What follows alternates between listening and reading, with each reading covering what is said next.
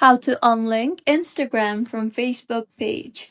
Hello everyone, I am Bishaka and welcome to our channel. Now let's get right into the tutorial.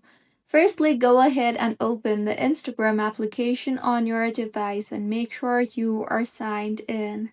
Now, tap on your profile icon on the bottom right of your screen and then tap on the three lines on the top right of your screen.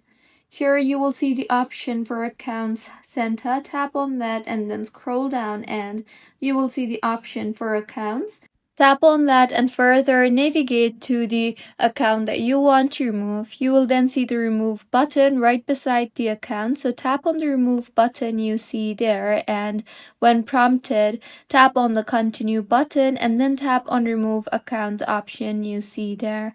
You will then be shown with the excess that you will lose after disconnecting your account. So go through the guideline and then tap on continue again and finally tap on the yes, finish removing option you see there, and with this, your account will be removed. So this is how you can unlink Instagram from Facebook page. If you find this tutorial helpful, please like the video and do comment if you have any queries.